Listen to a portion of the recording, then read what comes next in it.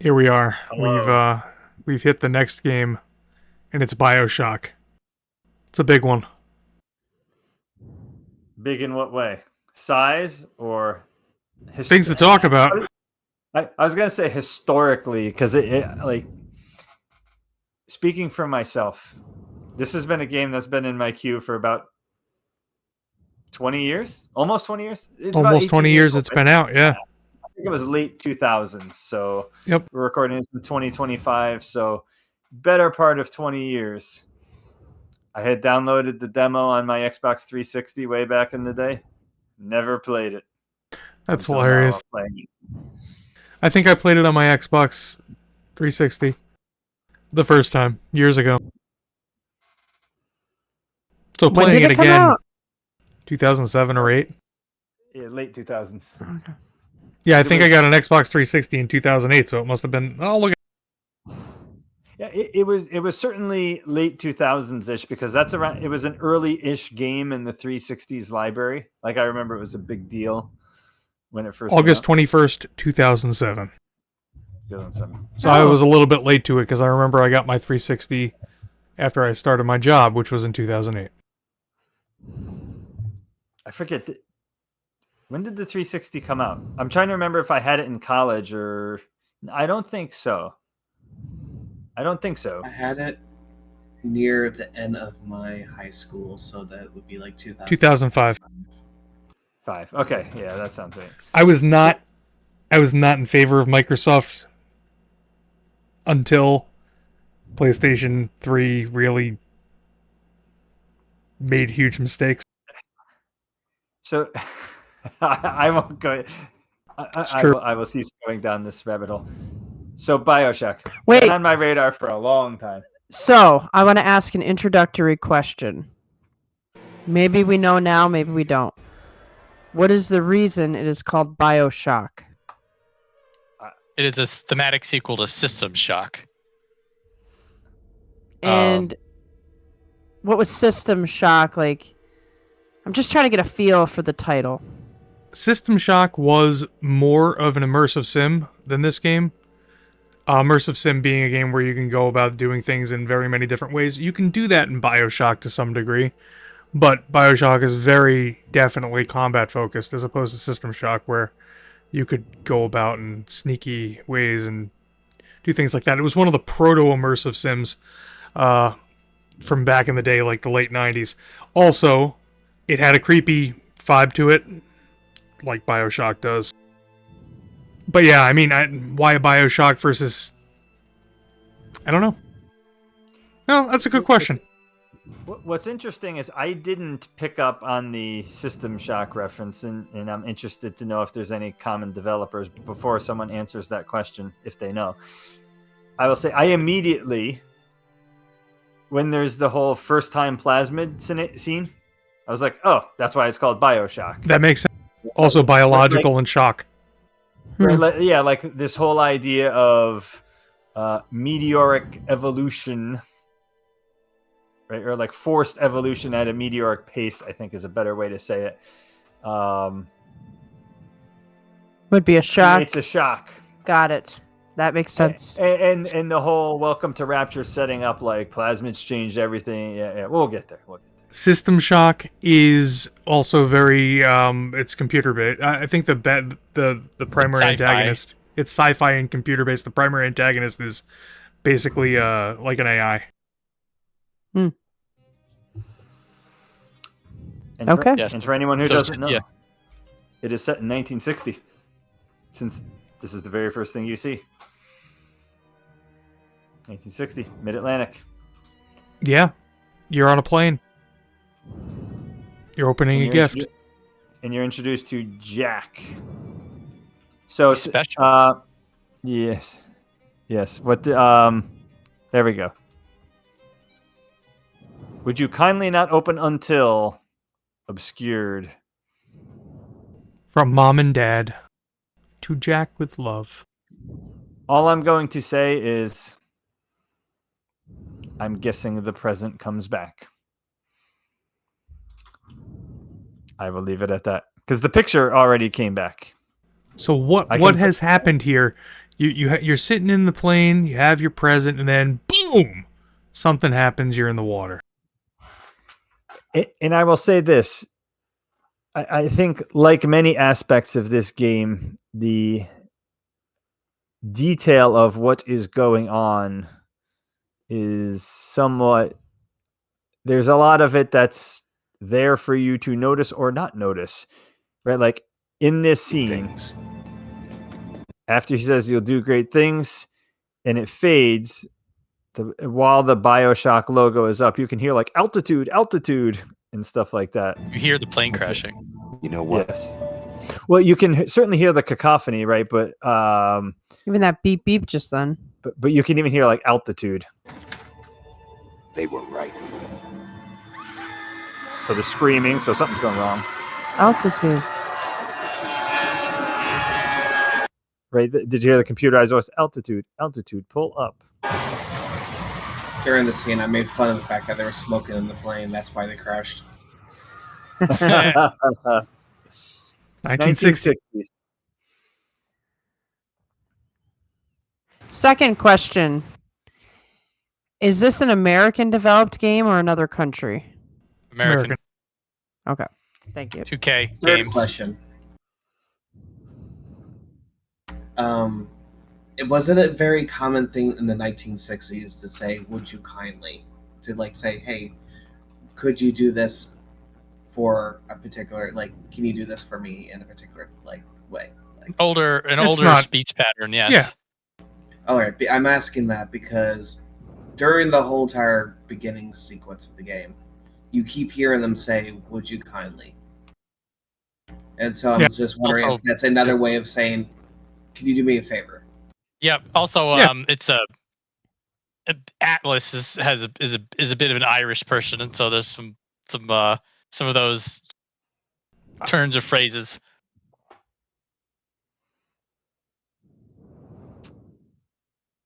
Atlas. Cultural So- barrier as well. Yeah, I will say I am at a bit of a loss for how exactly to approach or bring up topics, because, like I said, there's a lot of subtlety, and from a main story beat perspective, I feel like not very many things happened, but there's a lot of, like, I don't want to say world building, but there's a lot of subtlety and stuff that It's you the- may or may not notice. It gives us a candy trail to follow, and you get the pieces of stories throughout the little bits of you traveling through Rapture. This game Right. is a masterwork of world building disguised as a first-person shooter. So I certainly don't know that I picked up a ton, because I actually didn't listen to all the audio diaries. I kept caching them to go back, and then I ran out of time, so I have to go back and play. You should listen to them as you get them because it makes sense with where they're found most of the time. Sometimes Oh. there's environmental context, yes. Like in that first No. area where you're in, like it looks like a wrecked ballroom. They were having a party for what was it, 1959 New Year's. Yeah, there's stuff that happened in that party or during that party that if you listen to the audio log, it explains why the room looks like it's wrecked. Oh, interesting. Yep, Yeah, the there's, audio uh, logs are important. There's another audio log involving somebody researching a plasmid, and the results of that audio log could then be seen in the room. Interesting. So, best Listen to them when you get them. Yes. best to listen. Yeah, right? there is Note a for the future. yeah. So it's a bit older school. It's also a little bit flow breaking. That you pick up an audio log and then you have to sort of sit on your hands for 30 seconds. Compared to something like Phantom Pain, where you can just listen to that stuff while you're driving around and doing stuff. I've never This is played sort that of- game, unfortunately. As I mean, opposed to the yeah. codec calls in Metal Gear games, which interrupt your gameplay. This lets you play the game while you're listening to it. However, if you do that, you're going to miss things. A key hint for that also is they do not queue well also. So you do, like John said, so you have to sit on your hands and The menu system sucks in this game. It's terrible. Yeah. Well, when you get a new one, it does pop up and say hold X to listen. So I'm assuming it just immediately plays it. Yeah. But I didn't even know if they were voice acted or not. So They are. Thankfully, they okay. are. So then it makes sense that you could listen while continuing on. This game popularized that whole trend, and that trend has been a trend now for 20 years, right? Yep. It bled out into Borderlands. It bled out and also became a big thing like in shooters. Like you would, was it Doom 3? You go, you pick up PDA pads, and you just it then becomes just like, oh wow, there's some weird thing going on in the ducks. And then like that happened 50 times, and that's how they did world building. It was fun. Interesting. So any of my footage then will definitely not have listening to the audio logs, and now That's I know funny. for the future. Although I am, as we discussed offline, I actually am going back and restarting a Survivor playthrough, which I intended to do midway through Neptune's Bounty, but then when I started running short on time, I abandoned that and have to start over.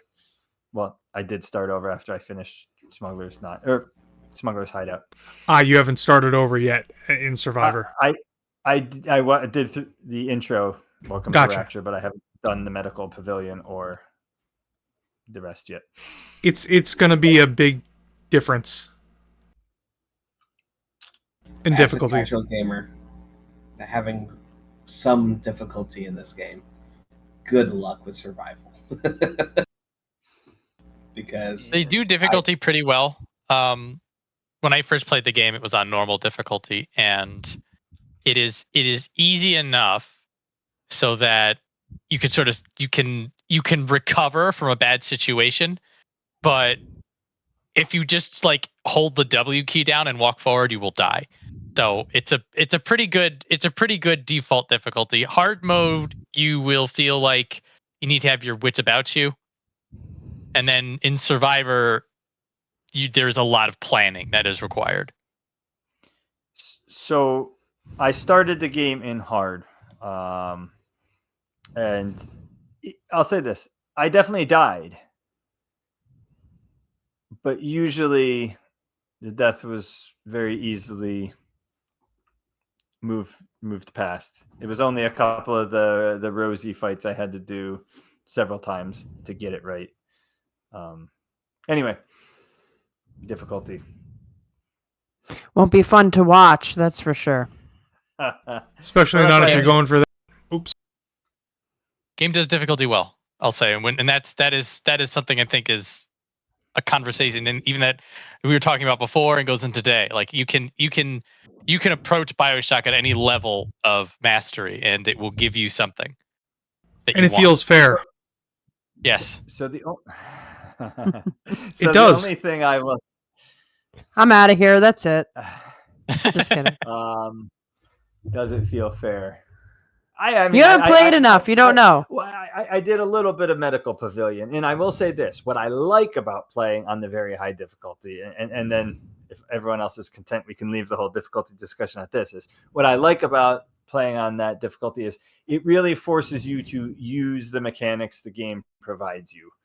Right. So, like, I'll give you an example. Welcome to Rapture, which I did do. There's the scene at the end where you try going to Neptune's Bounty, sets off the alarm, and then you get kind of a wave of splicers who come in. So they all jump down into a puddle, and you can zap the puddle and get much easier kills, and you'll very easily get overwhelmed if you don't do that. Got it. It's kind of like a gimme. But there's also some splicers who approach you on the ground level. And if you know which direction they're coming from, for example, if you die once, because dying is not unfair. Sorry, had to. If you activate it at the right spot, you can actually get the one that's running on the ground to run towards you through the puddle. Right. So you can get the extra free kill if you do the planning. So to your point of the planning, You don't have to know where they're coming from to be able to react to them, though, as well. Agree. Because you have basically, 9 health bars as long as you can hit the button to heal yourself. If you are fully stocked, you have not. Which, Yes. how are you not fully stocked? You. Yeah, you Because can't I don't- answer I that don't- because you know you are at all times. I don't use them. So Neither do use them I. I'm always fully stocked. You have them for when you need them. very sparingly. I'm usually more likely to reload if I have a bad encounter than Yeah, do you understand why it's painful to watch him play? burn through too many. Anyway, difficulty. My point being, it forces you to engage in some of the systems and mechanics that the game offers you. You As should never use the alternatives. Vita Chamber anyway if you're going to do this, because that's an achievement. Gotcha. You might want to restart Survivor and just never use the Vita Chamber. That's like one of the harder achievements. Gotcha. I will say on the oh, go ahead. If I saw correctly, there's achievement to use a vendor at all also. No, that's a different game. Okay. I can't believe that is that an achievement in Bioshock? How the hell would you get through the game? Wasn't that 1999 mode? Isn't that the one? That could be Bioshock Infinite. Different game. So, yes. So we cleared difficulty. So let's talk about the Intro. lighthouse. It's always a lighthouse. The only thing I wanted to bring up was this whole no gods or kings only, man. Yeah, right. And then his intro, bathysphere intro, right? So when you're going down in the bathysphere. Yes. Yeah. The Great Chain comes up multiple times. Yes. Only if you have these captions on, right? No, I'll say it's only inferred what it is. And I may have inferred wrong. And I guess there's part of me that's wondering if this whole Great Chain is very important or only thematically important if you choose to engage in what it's important. It's important to go for. It's the Great Chain of progress and industry. It's Andrew Ryan's ideology. So the Great Chain is what built Rapture. Interesting. So I interpreted it as not so much industry, but it's tied in that it's man basically. Right. This even says, right, no gods, no kings, no gods or kings, only man, and that's where the great right. It's associated somehow with the Great Chain. At least I don't know if that was implied, but kind of that idea of man is at the top. There's no limit to what humanity can do. It can manipulate the Great Chain that kind of weaves the world together. It's kind of how. But not every man is at the top of that Great Chain. Interesting. Only the best people can be on the top of the chain, and only the best people can go to Rapture. Except for all the best people that are not the best people that are at Rapture that are parasites. Yes. And then now this game will explore this ideology, and I mean, as you can already see, this place is not a paradise. Didn't go right. The experiment failed, if you will. It could have been perfect, if only. That's what they always say about communism. Could have been perfect, only. Well, I mean, apparently that's what you can say about this as well. This is what happens when people are in charge of things, right? It always goes wrong. Yeah, whatever man is on top. Yeah, I was going to say. Whenever people are involved in anything, it always goes wrong. Well, a good idea, maybe not, but did it turn out right? No. When you throw out God, no God, only man, and it went to hell. Anyway. I have a logistical question, but you have to play the video a little bit longer, I think. Okay, so in the bathysphere? I think, yeah, when you're in the bathysphere. Oops, I muted it. I don't know if I need the... Okay. We need to see the bathysphere for me to ask this question, I think.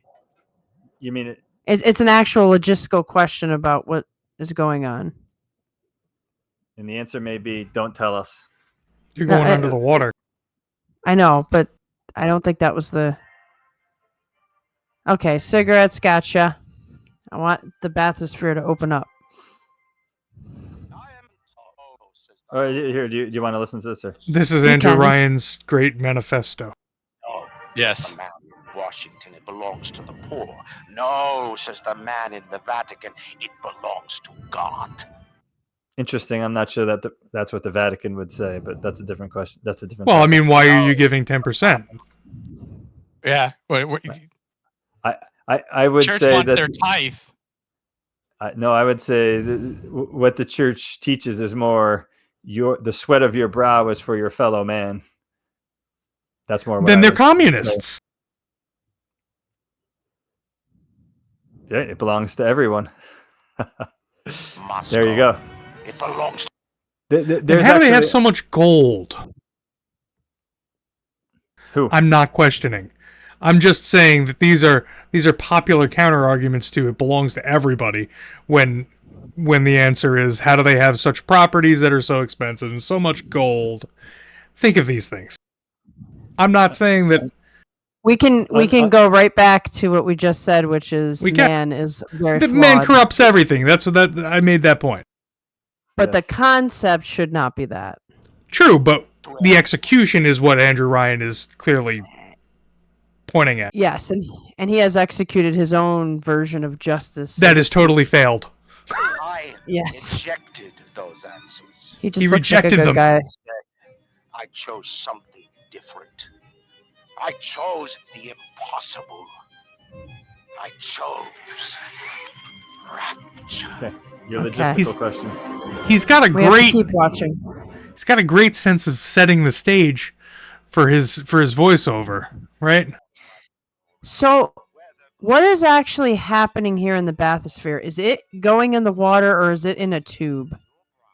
It's going in the water. Okay. Because Somehow all they- these like Island. tunnels.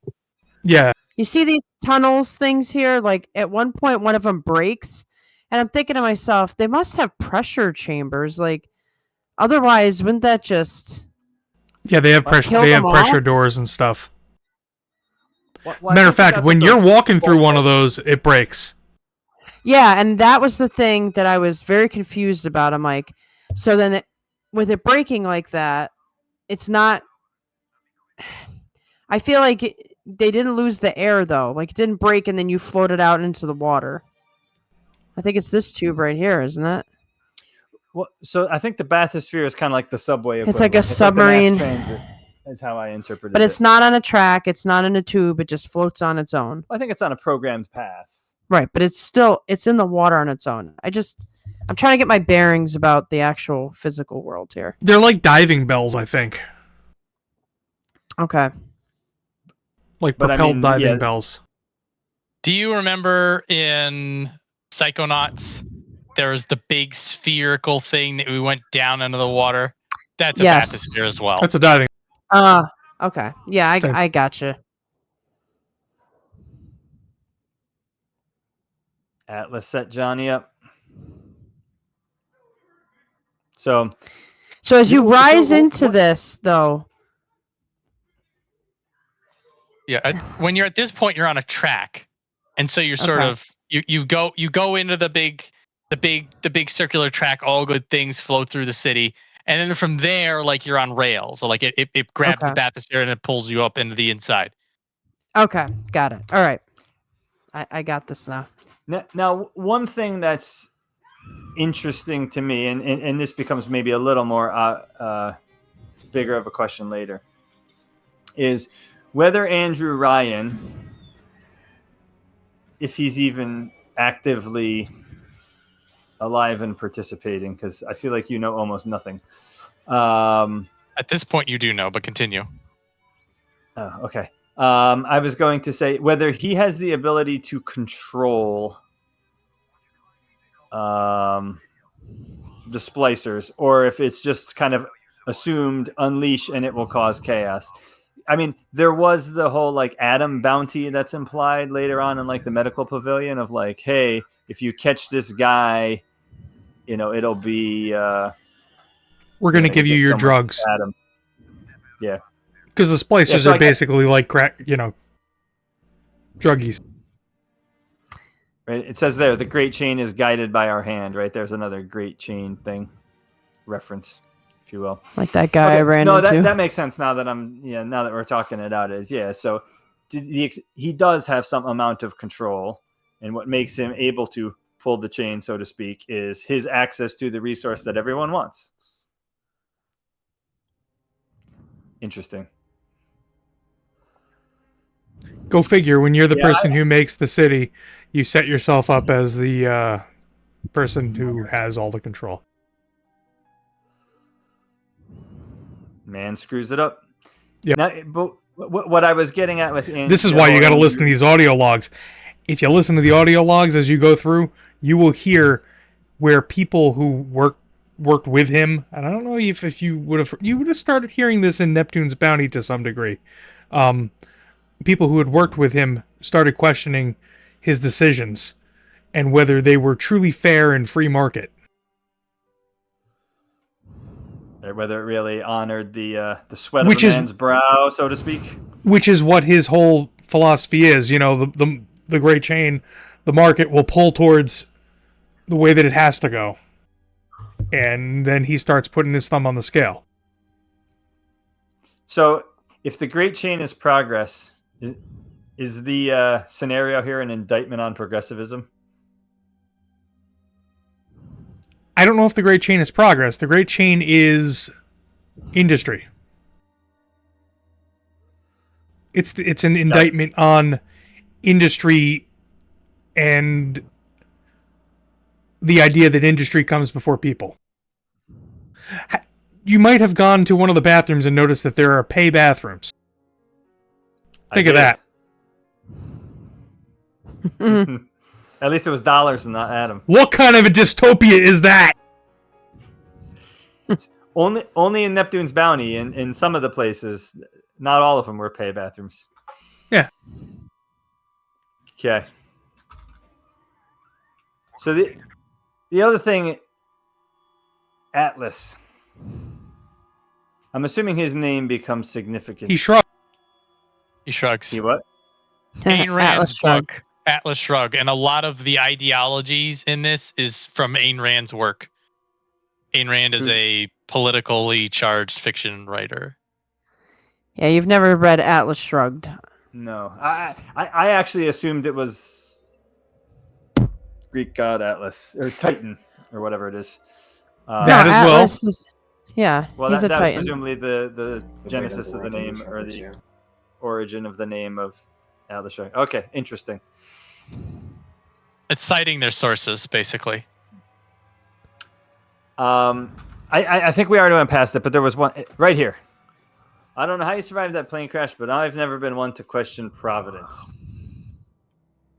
Setting Atlas up as clearly not the same as Andrew Ryan, right? Right, but this implies that the crash was completely just a chance accident. event. It just so happens. God sent you to them. All I'm gonna say is, not a chance. Yeah, of course not. In the middle of the ocean. We just happened to hit that. Just one happened to be right near that lighthouse.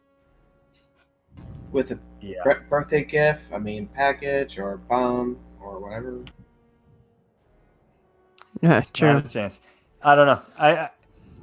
Atlas is interesting to me because he's ostensibly there to help you, and I feel like in a world like this, the first person who's eager to help you obviously is not Is using you. is not interested in actually helping you. Something also to keep in mind is that this is coming out in the same era of Gears of War and Doom 3, and like when shooters were just shoot bad thing, story is bad thing is bad, shoot it. So the depth of the narrative on this is several fathoms deeper than you would normally get for a game that's selling you on Bang Bang. Oh yeah, Was that pun intended 100%. during that comment? Of course it was. This is closer to a Deus Ex than it is to a Correct. Gears of War. So Yeah. you could pick this up, and you're just like, oh look, cool set pieces. Here's a wrench. Here's a gun. I can shoot lightning, and then a lot of this stuff going on that you're starting to pick up on would just sail right over people's heads. Wow, Big Daddies are cool, you know. Yeah, little 'Cause they sisters. are. Oh look, we have the power of choice in this game. Maybe we can kill children for Adam. This is so You edgy can. and cool. So actually, And it's what's funny terrible. about Who that- would do that? Aaron.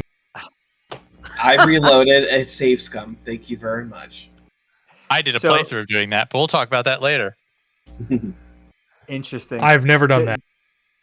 Does it affect things? Do you want me to answer that question?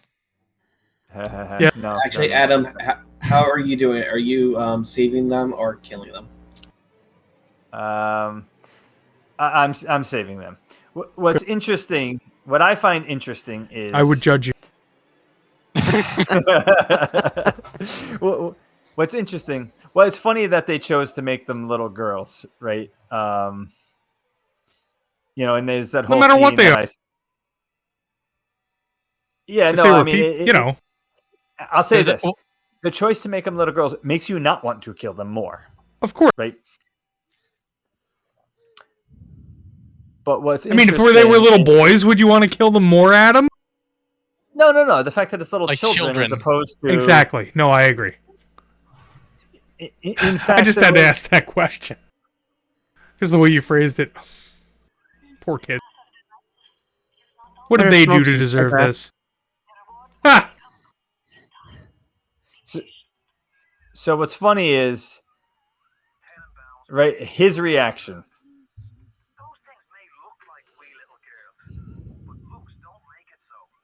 He's very much trying to get you to kill them. To off them, yeah. Yep. Uh, The trade-off is if you Right. save them, you will get if you harvest them instead of saving them, you will get twice as much Adam. And then you see like And another. Not sure if I want to spoil it. But so from Atlas's perspective at this point in the story, in order for you to help him get his family out and just survive Rapture, he wants to make sure that you have every advantage possible. And every advantage possible means sucking every drop of Adam out of these little girls. That is his mindset that he is imposing upon you. Right. The fact that he's saying, "Are you prepared to trade the lives of my wife and child for Tenenbaum's little Frankensteins?" I don't. Like I said, I'm very skeptical of Atlas. I don't believe for a second that there are actually wife and children involved in the submarine. Well, we know that was our stop point.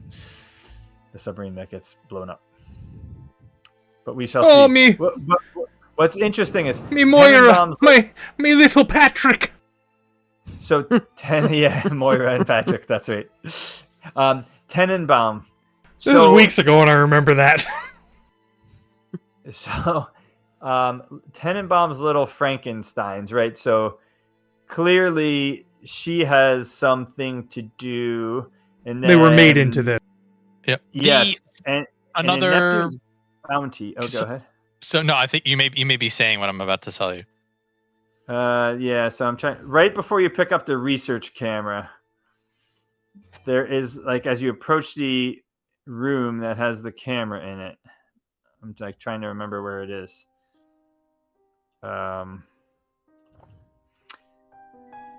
Here it is. So as you approach, I couldn't even hear it. But if you see the text, then it's even like gray because it's like way far away. So I didn't even hear it, but the subtitle was there, right? If you harvest the slug, the host will die. So you see it's nothing like killing. Tenenbaum sold it more like removing a terminal patient from life support. So there's an implication that. So I thought of Wrath of Khan when I read this. Yeah, so like implanted slugs. The So I don't know literal earworms. the earworms. I totally thought of Wrath of Khan when I saw this. But like this is an example of one of those things of right. There's things there for you to notice or not notice, and I don't even know if there's lacking context here, so you don't know if it's the little sisters they're talking about.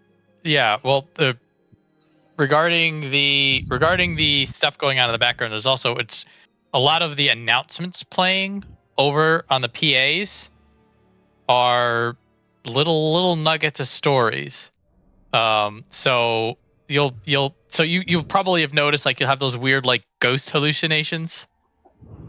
And those come up as somebody's like a rapture reminder. I'm getting chills and I'm starting to see things that aren't there. Oh, those are the plasmid blues. Maybe you just shouldn't splice so much. Everything will be right as rain. And if you're in the middle of a firefight with a Rosie, you're not hearing that announcement. But this is the kind of stuff that's going on the outside. As for the little sisters and the slugs, their audio logs will have a lot of the pieces of this. There's an audio log that will be from one of the moms that their child was taken away into the little sister program, and they're hoping to find them back. And you find a subsequent log later that this mom found her kid, and the kid was effectively unrecognizable to her, and the kid didn't recognize the mom either.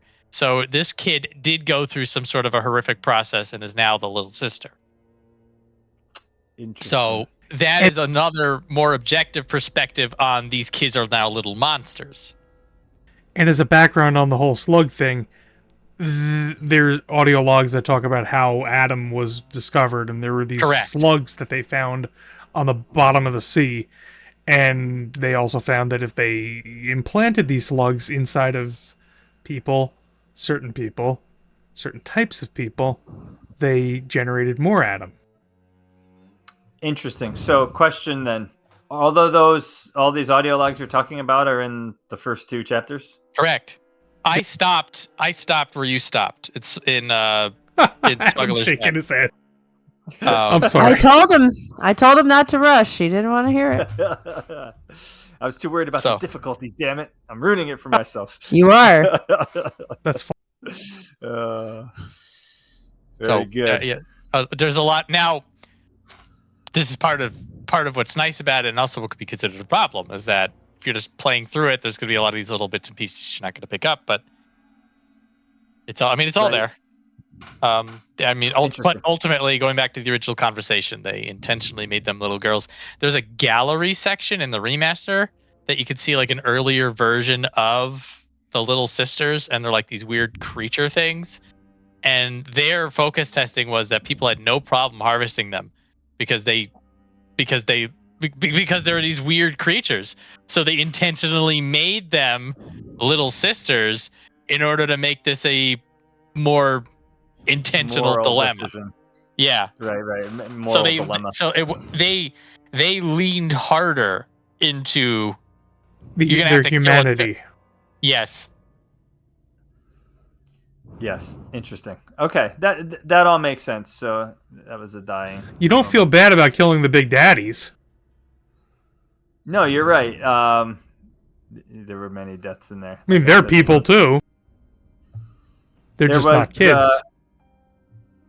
Is this where I'm trying to remember if this is where So there's the one you do get rewards, like plenty of Adam for from a gameplay perspective, if you keep rescuing, you get the presents, which is ammo, notably ammo, which is armor piercing rounds, which helps you kill big daddies. Interesting plasmids like control big daddy. Yes, and Adam. So it's not an insurmountable disadvantage to keep rescuing. It's just less customization because you don't get as much Adam, which is where you get to also choose. Yes, getting more atoms sort of allows you to ramp up a lot faster and a lot more powerfully if you do the harvest route. So like you will hit that critical mass faster if you're harvesting all the time. Got it. So aside, locked room here. I could not find, like, in the medical pavilion there was like a piece of paper. Did anyone find the code for this? It's in an audio log. That explains why I didn't find it. No. It totally is. It is also in an audio log that's not nearby. True, Okay, but it's so in an audio log. Yeah. You can still hack it, though. I ended up loves it. hacking it and then finding the code later. That's what happened to me also. How do you hack it? They were you You can can hack hack most of these things. Yeah. Right Yeah, there. look, Oh, right there. dude, I didn't even notice that. Because you're rushing too much. Good Told lord. you. It's right there in front of my face. It says Yeah, I'm like, how do you hack? It says hack square. The audio log Square. talks about. press the square button. I don't know if you can see beyond there, but the audio log talks about torturing some dude, and there's some dude dead in like basically an electric chair in there. Interesting. Okay, so listen to Audio audio logs. logs. Got it. Important oversight of mine. Fontaine. You got to learn about Fontaine. A little bit about Fontaine. There's clearly factions, and I apologize if I'm really jumping around. So That's somebody okay. stop me or We're go in the back. fisheries now, so Uh, we'll talk you about do not- Steinman as well. You do not want me running this because it's just going to be me incessantly gushing about how good this game is. It's not going to be a productive conversation. So please Wait. continue to drive. Have you played before, John? This game? Bioshock, the chains. Get a shot of him holding a gun so you can see his wrists oh, on the yes. on the video. I'm glad you brought that up because I noticed that and meant to bring that Great up in chain. the context That of is the great chain. I have the great chain on my left wrist, That answers the tattooed. question. Okay. There it is. Then you've There it clearly is. played it That- before. That is, and specifically, I put now. Technically, it's on both wrists, but I put it on the It left is. wrist specifically for this angle, which is holding a gun and shooting somebody. And so that he knows Got where to it. put the Eve in. Correct. 15 years, it still freaks me out. Thank you for bringing that up. So we skipped over that. Was anyone else like, so when you first approach the first plasmid, and he just picks it up and sticks it in, it's kind of like, Yeah. Why would you do that? Why of all It's things- horrific. I mean, so there's I know you hear like the Gatherer's Garden. Is your daddy as good as my daddy? Mhm. Yeah. Guess what? That wouldn't cause me to do that with some unknown substance. Yeah. Hey, Seriously, boyo, you're gonna need to learn to use electric. You need to shock that door, boyo. I mean, Yeah. There is, and this is something that will come up a little bit later. But you are, you as a character is somewhat overlooked. You get the very Yeah. beginning. Hi, I'm your mom and dad said I was special. They were right. And then Jack suddenly finds himself being flung into the water, and then in this fight to survive in the middle of this dystopian nightmare. Meanwhile, he's just picking up guns and shooting pretty well. He's stabbing his wrists about 5 times a minute. He doesn't seem to be bothered by any of this but Like, you it's actually don't. You also don't really get that response out of him. Which again, if you're somebody who's playing Doom or Gears of War, I'm just gonna keep saying those two because I can't think of other examples. Like you're just like, of course, you're just a badass. Marcus Phoenix, he doesn't care about hangnails. He just kills things with a assault rifle that has a chainsaw on it. Doom guy Like rips and tears until it's done. until it's done. Like that's the mindset that they are implanting onto this to make you not pay attention to it. So what's funny about that? Jack's is wearing a cardigan. He is Look at his wearing a arms. That's just good fashion sense, Pete. Okay. So what's interesting about that for me is, so I did notice the chains, and I'm glad you brought that up because I actually meant to in the context of the Great Chain. But there seems to be this odd, dichotomy. Whereas on one hand, he seems very adept and knows what he's doing. On the flip side, he clearly has never experienced plasmids before because of the reaction he had on the first one. Yep. Right. So, I mean, maybe he researched it or was briefed on it or whatever else. And it is an interesting decision that they've made to have him be so stoic because you know absolutely nothing about him. For example, Who is his master? right, Is it the yeah. KGB? Is it the CIA? Well, yes. So Yeah. It is one right. thing I will note. One thing I will note about that. Yep. When he said, "Which of the bitches sent you?" The KGB wolf or the CIA jackal? He's referring to two other people who's not Jack. Correct. The so way I this interpreted that, like who's this your leader, is, basically. Yeah. This is the answer to your question: is Andrew Ryan present and affecting things? And this is the, like, Andrew Ryan did this. This is also Andrew Ryan, not quite sure who you are, but just assumes it's one of the Cold War superpowers trying to go down to Rapture on a smash and grab.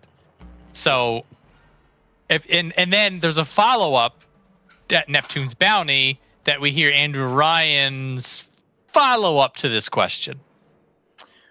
Well, so what's funny about that is what I was alluding to earlier is I, as the gamer, do not know who the real Andrew Ryan is, if this is the real Andrew Ryan. When I say the real Andrew Ryan, I mean the actual founder of the city. Right, so just approaching it from a view of skepticism, right? You've never seen him. Yeah. I've never seen him. Hey, Adam, And do you want to know a place that you can hear about Andrew Ryan? Audio The audio log.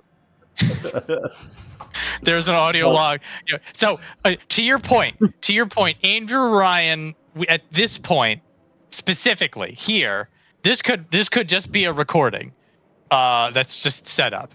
You do hear audio logs talking about Andrew Ryan doing things in Rapture. And him talking. And there are audio logs of Andrew Ryan talking about other things. So Andrew Ryan is a real person who does exist and who did run the city at some point. And it seems like he still has control of the city because he has the ability to send splicers here and there. And this is dynamic enough, yeah, exactly, to say that it's not just a recording, right? Yeah. He even questions you in like one of those tunnels, saying like, "Who are you?" Like asking 20 questions. When you get to Smuggler's Cove, that is a more direct interaction. Like at that point, like here specifically, Andrew Ryan, we don't know. We know Andrew Ryan exists through the audio logs, and then when you get to the Smuggler's Den and the submarine, that is, Andrew Ryan is now directly intervening in your existence. That's fair. Jack's mom. Jack's mom. Jack's dad. Oh, I interpreted that as Jack because on the That right, is the right Jack. shoulder. yeah, that's There's the dad. So And then there's Jack. So what's interesting about it is, so this gets back to like him being stoic and kind of leaving you as the gamer wondering, right? Like, He seems like he knows what's going on. well, actually, what I was getting at here is this almost seems to imply. Maybe it's just because I've seen it so many times in so many stories. The whole like repressed memory type thing of like, hey, you know more than you realize you know type angle. And I interpreted this to be that. However, in light of confirming that this is the picture that he held on the plane, right? This could be him saying, they said I do great things. I'm thinking of mom and dad, and I'm about to save this guy's family. Right. So, I mean, you could interpret this flash that he has as, hey, they said I'd do great things. I'm about to do a great thing. Or you could interpret more the way I did, which is in his current state, he really doesn't remember much. And he's just getting these like flashes of, I'll say his memories coming out. But again, I feel like I'm biased to that just because I've seen it so freaking many times. And the way they've made him so stoic relative to the gamer and saying nothing to the gamer, you can totally have the opposite of dramatic irony going on. Whereas the character knows everything and you know nothing. Well, the only thing I'll say, and maybe I'm totally wrong, is knowing who the developer is gives me its own set of clues. 2K? No, just an American developer versus like a Japanese. A Japanese, or even with Ryan. Wow, you know, Alan Wake. That was Finish. Exactly. I start to think, okay, so what would an American developer? How would the American developer tell a story? Could be the wrong way to do it, but to me, I get the vibes of maybe he's not CIA or KGB, but he's something like that, and he does know what he's doing. I mean, to the point made earlier about him being quite adept and having no qualm about. Right. It seems like he knows. Like he's well briefed on, and even if he's never experienced plasmids, he knows what it is. He knows of them and is willing to engage despite the obvious risks associated with them. Also seems to be very much a leaning into the whole it's portrayed very much with drug addiction imagery, right? Like, the use of the plasmids, right? And like and doing all of the heroin talk about them and how they changed everything, and everything kind of devolving into, Adam. It very much leans into that kind of association, I'll call you, of imagery and language associated with drug addiction. But I was going to say Fontaine. The Smuggler. Is very ambiguous, right? But it was interesting because, again, if the main character knows who he is and what his mission is. Sorry, I'm looking for when you fight Peachy, who's really just a glorified Peach Wilkins, I think was his name. He's really just a glorified Nitro Splicer. Nitro Splicer, thank you. Quick aside. What is people's Rosie strategy? Shock them. Stop them. Telekinesis, grab their grenades, throw it back at them. Interesting. Where you are right now, I believe there is an RPG turret that's in the other room. If you hack that beforehand, then pick a fight then you can chain shock them in range of the turret. So what's interesting about that is this is the second Rosie and little sister in this exact location for me. Because there's 3 in this level. Well, usually the Big Daddy respawns without the little sister. You have to wait till they go to a vent and hit the vent. What? They go up to a vent where the little sisters come out of, and they hit the vent, and if there's still a little sister to be saved in the level, then the little sister will come out of the vent. Yeah. If there's still little sisters to be saved on a level, and you can see in the menu it'll have the number of ones that are available. Then if you find a Big Daddy without a little sister, you can just tail them, and then they'll go bang on a vent, and a little sister will pop out. So if you're having trouble finding a little sister, you can find a Big Daddy. Oh, interesting. I thought there were like pre-scripted. There's like one little sister per like route, I'll call it. Interesting. There'll be a couple Big Daddies that like you will run into like always. A little bit more blatantly early on, but later on as you're traveling through, like they're walking around doing their own thing, yes. But if you hit a point where you can't find one, That's the trick. Yeah, see, this Also- is the RPG turret you're talking about. I was gonna say if it's more advantageous to fight one in a certain place because you are better set up there, you can wait for them to be there if you know that they come near there. Yes, well, that's what I did for the first Rosie here, right? I waited till they came nearby the. Yeah, Yeah, the see, turret. like, It's perfect. I was gonna say the. But the first one I fought, it was right near the exploding barrels that I telekinesis. Yep. And used. Yep, this is the way to do it. Right. Yeah. So like this fight was much easier because the turret was still active. The second time that I showed first, the turret. You had to was do it all busted, on your so own. I did it all on my own in this location, and that was the last one left. Rosies are hard because they can shoot you. Much harder than the bouncers. And they hit hard too. Yeah. But it's all about. I found it being all about cover. But, Electric Buck is really good for them too. Yes. yes. Which my first bouncer fight, I did not know that, and I got clobbered that fight.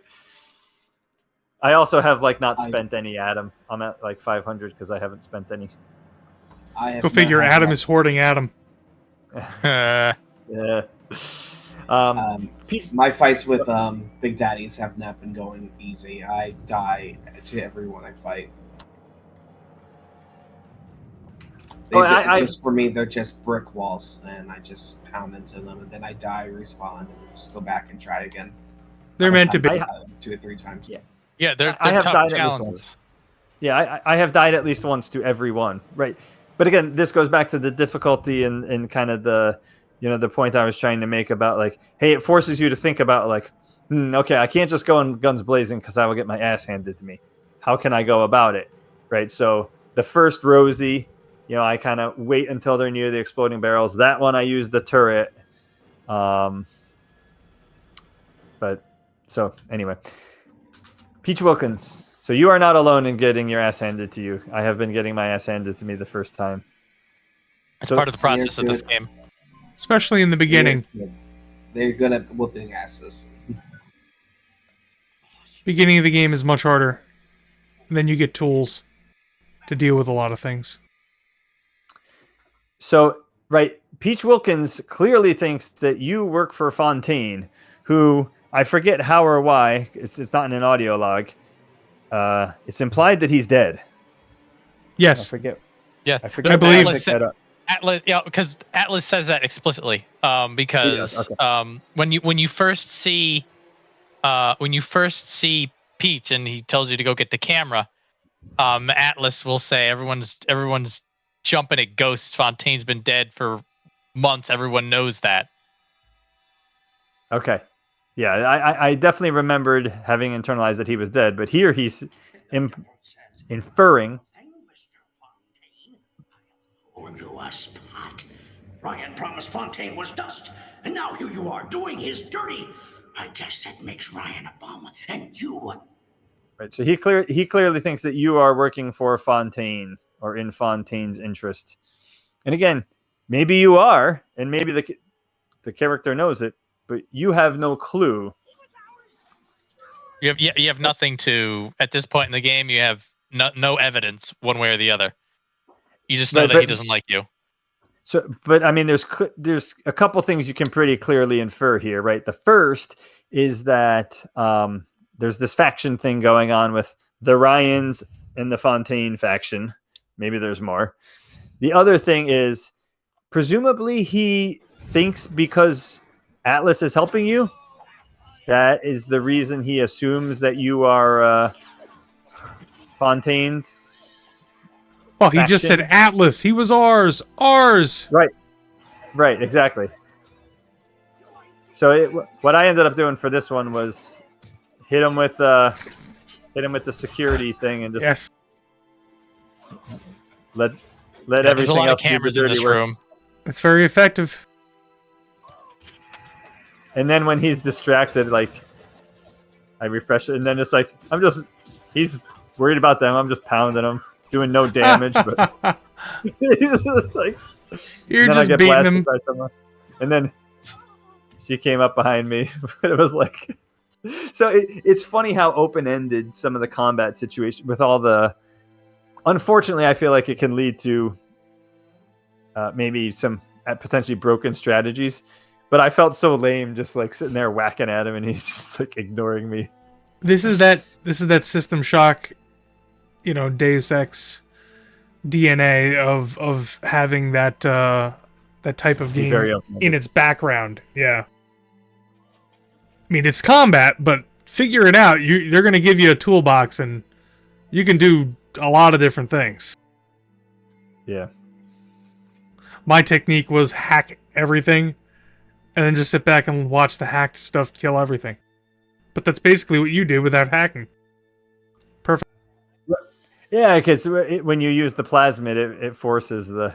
And then I was like, I thought I was done here, and I'm getting like blasted and They keep wasted. pouring out. It's gentle pressure to make you get out of here. Oh, interesting. That they stay for even longer. So there was the whole Fontaine thing. Right? It's Fontaine's Fisheries, right? Like clearly Peach Wilkins, even though he's in Fontaine's Fisheries, doesn't like Fontaine. And then there's Smuggler's There's an Hideout. audio log for that. Oh, really? Yes. Dude. Yes, there is. So next time we meet, I will be sure to listen to all the audio logs. That's hilarious. I'm watching Maria's face.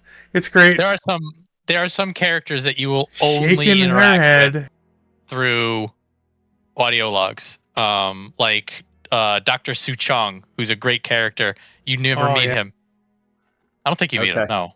No, you don't. But you'll never hear anything from him if you don't listen to the audio logs. Also, you get to understand how cracked Steinman is. Oh yeah, he's messed up. We didn't even talk about him. The plastic surgeon So Steinman. in the medical pavilion.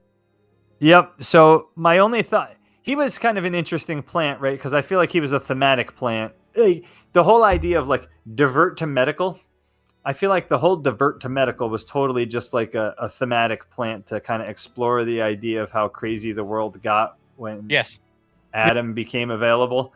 But it has nothing to do with the main character or Fontaine or Ryan or anything. It's literally it's literally just a world building. There is a continuing through line that you might have missed because you didn't listen to any of the audio logs with Diane McClintock, who was Andrew Ryan's girlfriend, who got hurt in that big room, in that ballroom where there was the incident, and then she was treated by Steinman.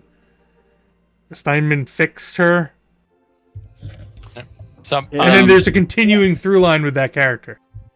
Interesting. So honestly, I'm surprised that you blew past the audio logs. It's so unlike you. Well, no, what I intended to do, was batch them and listen to them all later.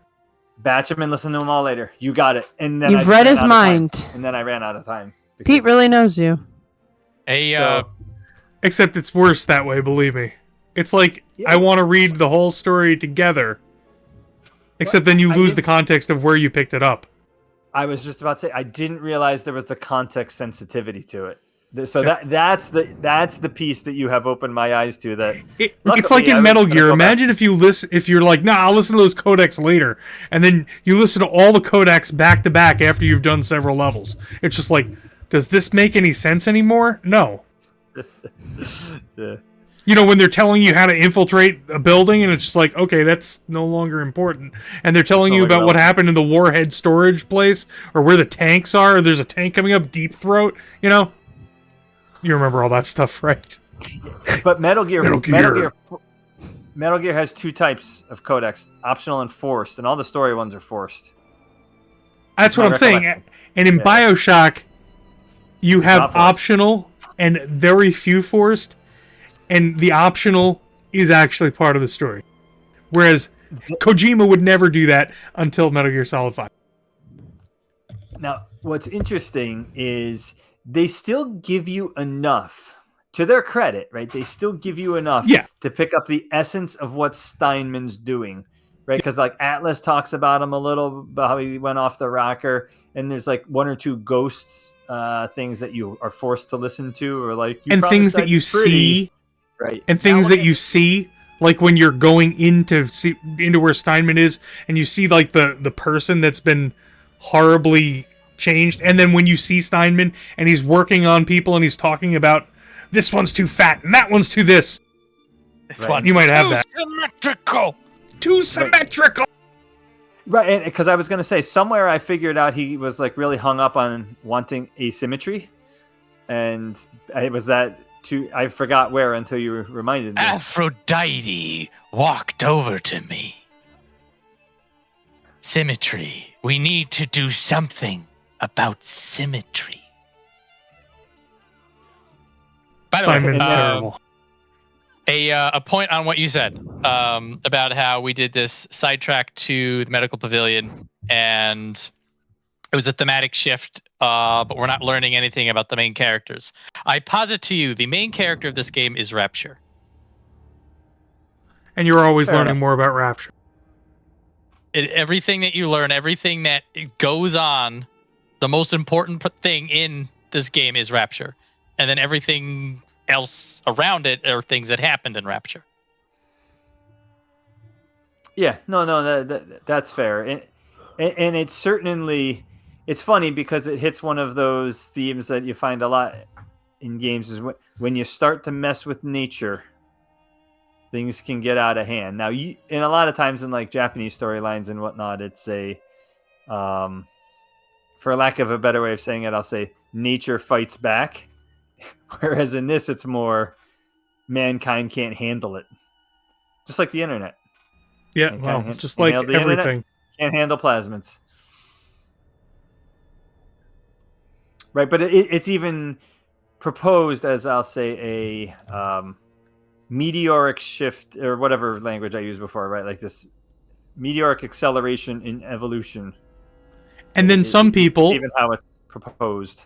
And then some people use that against the people that become addicted to it. Think about it. Do you think Andrew Ryan's sitting back, splicing himself into oblivion? No, he's letting people exactly do it for him, so they're easy to control. Like addiction makes people controllable, of course, and which is exactly the opposite of his ideals. His stated ideals. Yes, of course. He might have started with a set of ideals that fell apart very quickly. Yeah, although I guess I will say I do.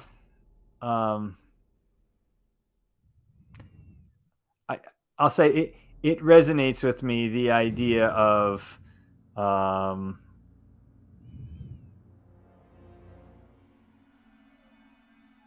lost it. Well, it's the question of, is it incompetence or malice? Oh, it's malice. I'm just saying. That's what you ask. That's what you ask at first. The developers would have been proud, or the writers, I should say, would be proud at my response, because that's what they want you to feel, right? I know, but what I'm saying is, you get the theological ideal that he presents, and then you see the result, and you yourself ask the question, did he screw up, or was it always intended to be this way? Well, I think or did something... from my standpoint, this far into the game, I would say you don't know. Something clearly changed based on what the audio logs say. And he changed the way that he was handling things. Fontaine was something that he could not deal with. Yeah. Pressured him. Gameplay wise, I will say the pulling up those menus is totally a pressure relief. They should have taken that out. You can pause the game. You can pause the game by pulling a menu up. Yes, and I have used that, like in pressure situations when I haven't decided what to do yet. Oh, that's I interesting. Totally abuse that. So they should have taken that out. Yeah, I fumble out trying to go through my inventory, and especially during a chaotic situation. I'm pretty sure this is the time I like the first time I went in there, I had no clue what to do. I pulled him up into the hallway that had the gun in it. Oh, did you? Yeah. again, so open-ended, right? It's Yep. interesting. I ended up, if you use the wrench, I just zapped the bots and then used the wrench on them because the wrench did a lot of damage for me. The downstairs area, if you go into the room, the lower floor It's all water. of the boss arena, yeah, the water. You just kite him in there, and then you just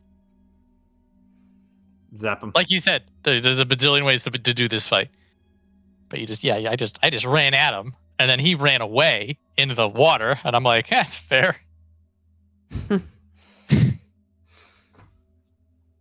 So yeah, darn it! I wish I had that. I wish I didn't lose that thought. But I will say they introduce you to Rapture gone wrong. I'll call it before. They introduce you, or before are kind of like asked to make a moral. Yeah, I was like, ah. This is way harder on console. Okay, can you point and click? You click and drag them with a mouse. Yeah, it's all swap and move around. Yeah. Yep. But what I was going to say is they introduce you to Rapture, and then they introduce you to Andrew Ryan, right? So given that his creation is so messed up, it makes you want to say the response that I said to your question, which is, Right. Yeah, no, it was malice. Because he's trying to get people addicted and then controlling them. Because, that's what I was going to say. Well, then the question, that you ask yourself right away, if you're just playing the game and you don't have any answers, was he lying from the start, or did something change? That is a question that will be answered. That is a question that will be that's answered. If you read the audio logs. No, I mean, it'll probably be answered to your face, from what I remember. Oh, okay. Yeah. Gotcha. It happens shortly after. Oh, so you've gone past Smugglers? I have, yeah. I just continued on. It is answered. I think I also died this time. I think I did 3 times with him. Oh, no. I finally said, damn it, I'm just going to use the wrench. You love that wrench. Oh, my God. See how much damage it did? Wow. That's what I'm saying. Give him the old 1-2 punch. Give him the 1-2, the friggin' wrench, man. Well, to be fair, if you get that close to somebody with a wrench, it really is going to work that well. I was blasting with a shotgun. Not doing that much. Because you were missing.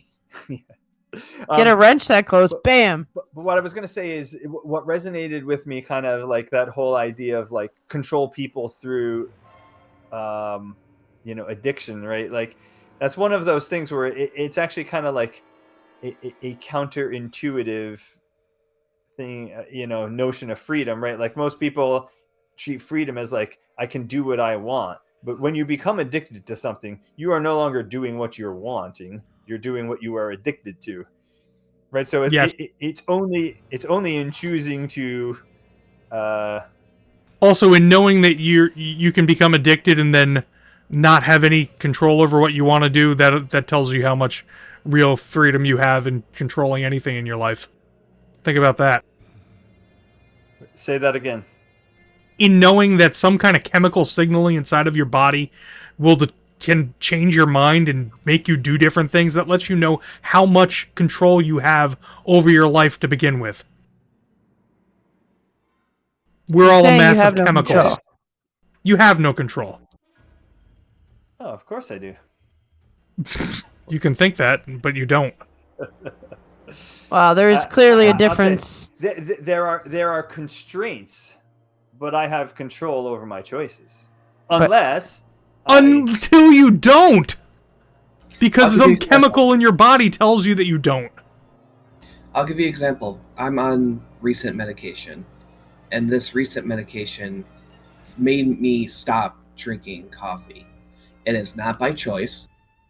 I just cannot stomach. I cannot just stand the smell or the taste of it anymore. Just my addiction to coffee was completely removed because of this one medication. And so I agree with Pete. You have no control, because I used to starve myself for coffee every day. until I had this drug, which then said, you know what? This is disgusting now. And it's not necessarily about putting a drug in your body. Some people's bodies work differently. Exactly. And have different levels of chemicals in their bodies that change the way that they think and work and their bodies work, is what I'm saying. That's very true, yes. Right, but I guess what I would say is, if you know, right, I mean, for lack of oversimplifying, right, in some ways, mind over matter, right? Like, in the example of, you always have a choice in life. So in like the example of the coffee and the drug, right? You have a choice. No, even if you know like what the effect of those choices are going to be, right? You can't arbitrarily choose the effect you can't choose want. how you're born. You can't choose any of that.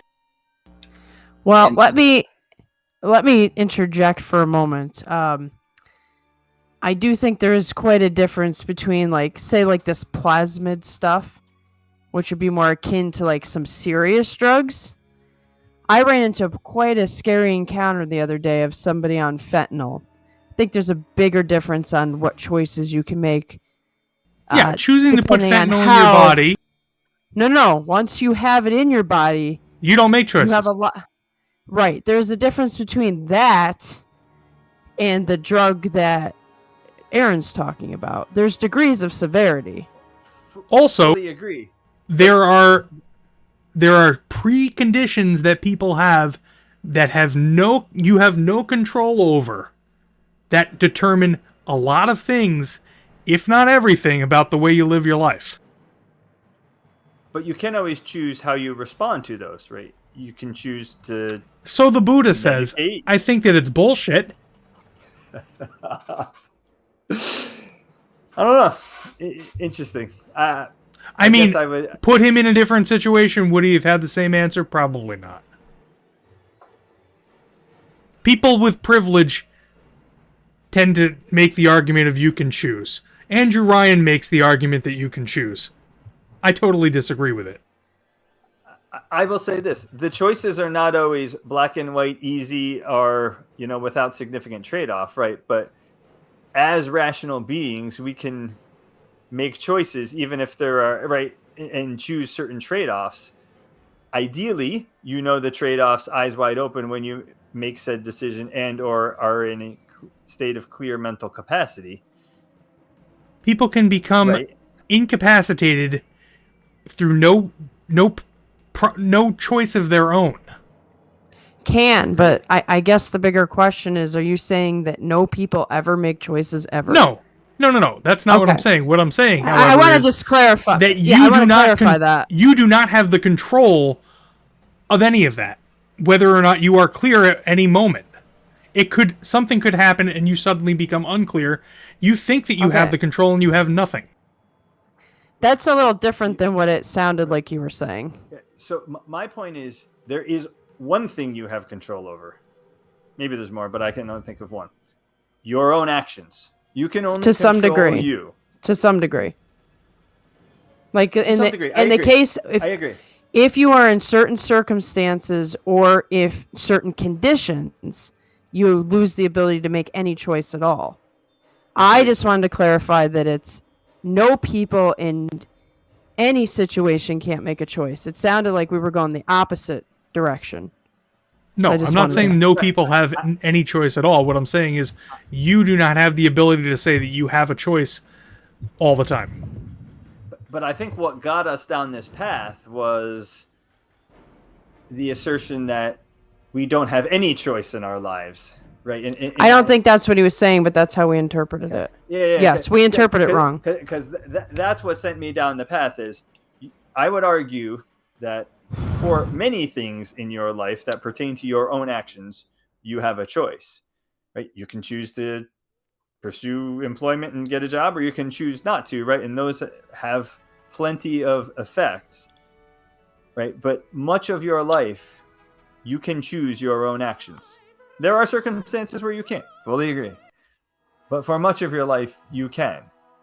And to the privileged point you made earlier, right? Certainly, Some people's choices are better and therefore decisions are easier to make than they are for others based on external circumstances. Also, fully agree. But I would say is in those situations, you can make a choice. And it's things like addiction that actually take your choice away. And if you are not cognizant of that, which is kind of where I was going with the whole thing that resonated with me about kind of what they're doing here thematically is if you take that choice away, or it can actually be a choice to take it away, I guess is my point, right? By choosing to pursue addictive behaviors and things that seem good at first, right? So certainly people can very easily be brought down a path that is self-destructive for themselves. So in the context of the game, had you listened to some of the audio logs, perfect example would be people who came to Rapture to work in Rapture. They had a choice. They went to Rapture. They thought that everything was going to be what they were told it was going to be. And then they wound up with no choice. Because they were there. Changed. And they became the equivalent of slaves. And then at that point, they had the choice they had in front of them is how they responded to that. Right? Again, going to their own actions. But the choices were limited. Right. Choices may be very limited by external circumstances. It's like become a splicer, die. Is still. I don't know if there was an option to like be the dude's friend. Probably not. No. Can I be your friend and not be a splicer? Not that. No. Stay away from that doctor. He's not your friend. Yeah. There's an audio log with Peach specifically, buried deep, where he talks about how he is basically between a rock and a hard place. And when the factions of Ryan and Fontaine start to crash together, you get it. Like if you back with Fontaine, he basically is going to be taking all of your profits away and you're going to be working for a pittance. But if you go and you try to be with Ryan and you rat him out, Fontaine's going to have you killed. And right. So there's a lot of people stuck in that kind of stuck in that kind of situation where they're trying to figure out a way out, but it is extremely difficult. Right. Yeah, no. I don't think we were putting value judgments on the choice, just more like no, I'm just saying that it doesn't talking exist. About it and, right. I mean, well, you could pick Fontaine or that's the point of disagreement. Right? The choice exists. They may both suck, but a choice exists. And you choose your own actions. People choose their own actions. So the reason no value judgment on it. Just simple, factual. Yeah. Yes, no value judgment. Agree. The reason I paused here is because when you walk around the boss room, you notice how much environmental stuff is there for you to shoot. Like there's this explosive barrel that if I had telekinesis, I could have thrown it at him. There was an oil spill. There was an oil spill elsewhere that you could incinerate if you wanted to. So very open, and as was pointed out earlier, below has the water that you can use to zap him. Like there's a lot of different options for you, which has its pros and its cons. Very open-ended. Interesting. Anything else before Smuggler's Hideout, which I'm not sure I actually have anything other than I still don't trust Atlas. There is the interaction with Ryan here. The interaction with Ryan, the audio log at the end. Is that another thing that you didn't listen to.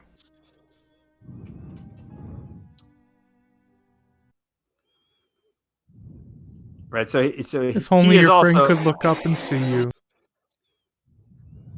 So what's interesting about this is Andrew Ryan is also now assuming, as Peach Wilkins did, which makes sense because they're presumably in league with each other, that Jack is in league with Fontaine. Which again, and it might have something to do with the fact that you. It might have something to do with the fact that you are in the place that you're in. Keep that in mind.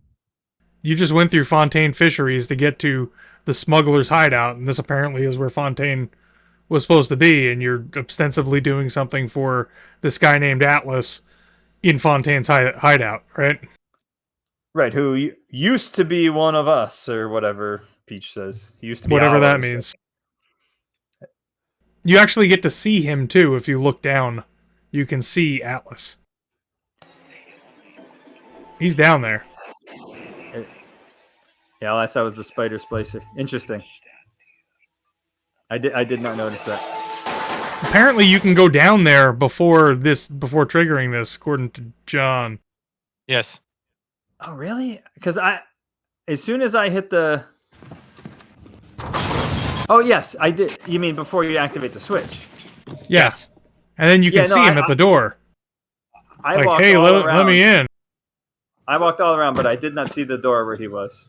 Like, I walked everywhere and lapped around like 3 times because there was no enemies, nothing going on. So I just kept making sure I saw it all. Maria, sorry. The look on her face?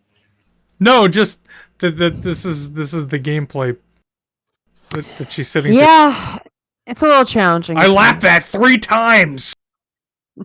There was nothing going on. And yet you missed Atlas. But here, look, you can't get through the door once you hit the switch. You gotta wait Correct. for the audio. Correct. Oh yeah. Yeah. This is a set piece.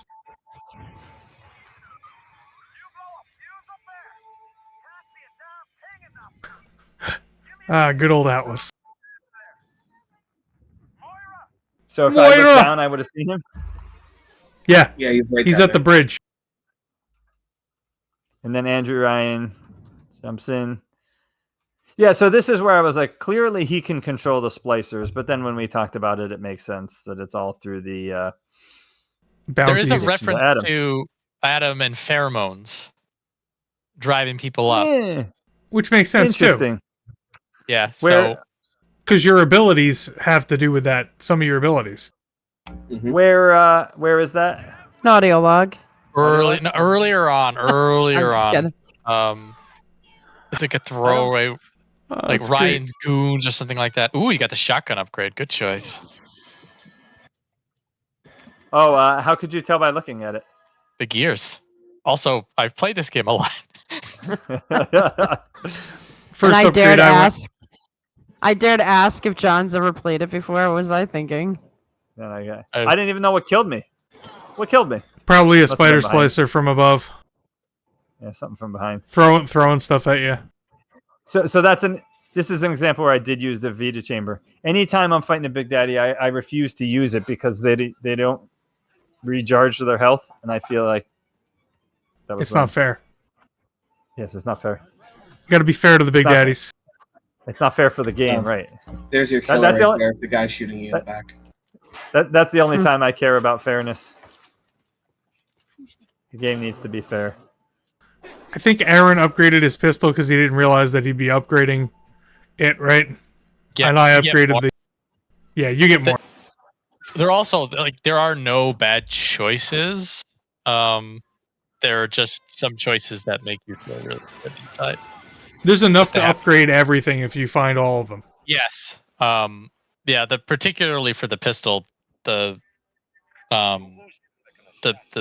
big clip size There it is. allows that. Yeah, there it is. Hang on.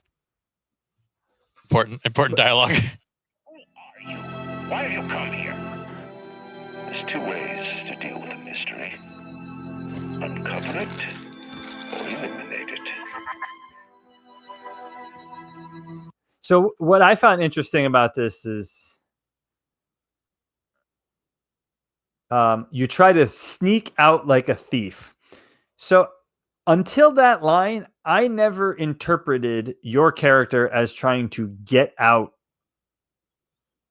In fact, what I interpreted, and I this is probably just me being host, I interpreted that the wife and son were being, Moira and Patrick, were being held hostage in the sub, and that you were actually going there to rescue them from the hostage. This implies that Andrew Ryan thought that you were trying to leave on said sub, and that's why he blew it up. So I don't know if that was me going sideways or if this is one of those kind of reveal moments where it's like, we tricked you. But I always thought your goal was to rescue them from the sub back into Rapture, not show up to the sub and escape with them. There is an implication of you trying to get out of Rapture. That's what Andrew Ryan's uncovering here, but I don't remember that or implying. But I don't remember that being implied beforehand. Did I just miss it? That's my question. Did I just Atlas was trying to get his family out, and he needed your help to get to the sub and help them get out. them out. Which helps you get out. Which I think. Where's the elevator ride? Must have been after this. It's like right near the when you pick up the gun. You mean with the woman in the baby carriage? Oh, the splicers have cut me off from them. Get them out of here. Okay. But the splicers have cut me off from them. Yeah. Okay. Yep. So that is the premise that you're going in. Andrew Ryan sees you as some outside element coming in, and to plunder or whatever. Yeah. Yes, and so he thinks he thinks you're just here to cause trouble, and so when you go to the sub, he blows it up because he thinks you're trying to escape. And for Andrew Ryan, he's under the impression that these outside forces, and he says this in the beginning, he's not some undersea, not some sea treasure to plunder. So right. It also implies that he's perhaps done this before, or has at least anticipated this would happen. That the superpowers above the sea in 1960 are going to try to go in and be like, oh, I hear Rapture has fancy pants steampunk technology. Let's go steal it. And then Andrew Ryan is just like, no, die. And that is what Andrew Ryan's trying to figure out now, because now you're not following a pattern. It should be nice that the U.S. Army has some plasmoid technology, to be able to shoot and throw icicles and fire all over the place. Would really be nice.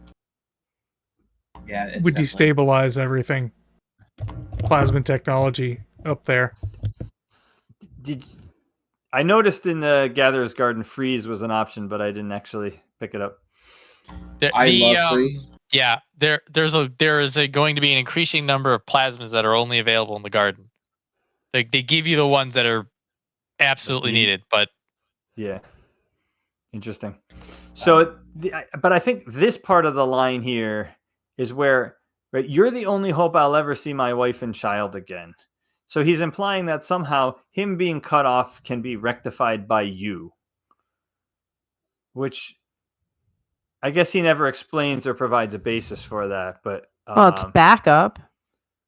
How's he going to do it by himself? But he can do all these, like, it's just weird to me, right? Like, he can activate security, like the very first spider splicer in the game that you don't have to fight because it sends a bot on its way, right? Like, and even when you're going down, he's talking to Jimmy or whatever Jimmy's name is, right? Like, Atlas is very well connected. And why does he need this guy from up top? Right. Why does he need this guy from up top to not be cut off from his family? Like, he's so well connected. What could? Well, we're gonna find out. Yeah. What could the ostensibly providentially survive the plane character? What could Jack give him that he doesn't have? Right. It doesn't. It's like Andrew Ryan. Andrew Ryan doesn't need Jack. Andrew Ryan wants Jack dead. What is Jack? Is he some kind of super soldier? I don't know. Is he the Doom guy? I'm not telling you guys. Yeah, don't tell us. We haven't spoke yet, so yeah, we're the same possibilities, I guess. So to that end, I'll just throw out there kind of what I was hovering around. So my theory is, with the limited we have right now, is that Atlas is Fontaine. And nobody can say anything. He's supposed to be dead, but he's implied to not be dead, and well connected. Everything is all set up to everything is all set up to have you go to Frank Fontaine's old base to save Atlas's wife and kid, right? Right, exactly. Oh, Moira, oh, Patrick. So, and then anyway, And then the sub blows up, and it's another reason to hate Andrew Ryan. Oh, I gotta kill the bastard! You know. I'm pretty sure something like that gets said towards the end of that. Yes, he does say.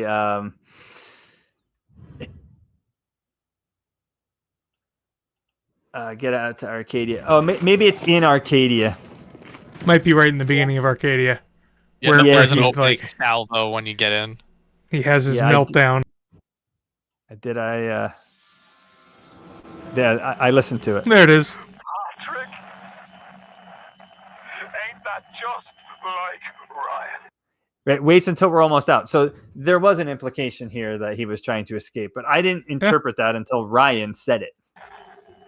Wait until we're almost out, then he pulls the string. We'll find the bastard. We'll find him, and we'll tear his heart out. I came to this place to be. It's also odd to me.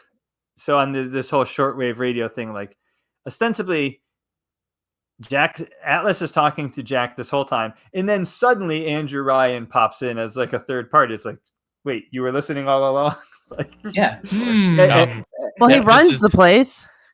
Yeah, it's like, oh, by the way, surprise. He's probably listening to everything and sees everything. And Andrew Ryan has the ability to do whatever he does in the smuggler's hideout.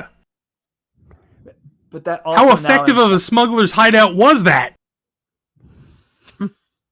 It wasn't the splicers arriving. It was when you flipped that switch that he like came on the TV and came on the speakers. You know what I mean? Yeah, you are. That's a good point. You are right. Yes, that is the first time he.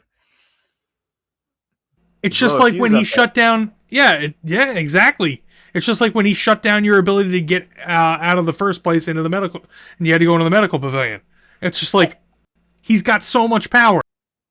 Oh, I mean, you got kid. No, we no. In alternate theory, and I think. Oh, did you? I saw you guys pointing behind. No, we were looking. I'm looking because, as I told you before, we do have a sleepwalker in the home, so I know a little that's paranoid. What I'm saying. I don't blame you.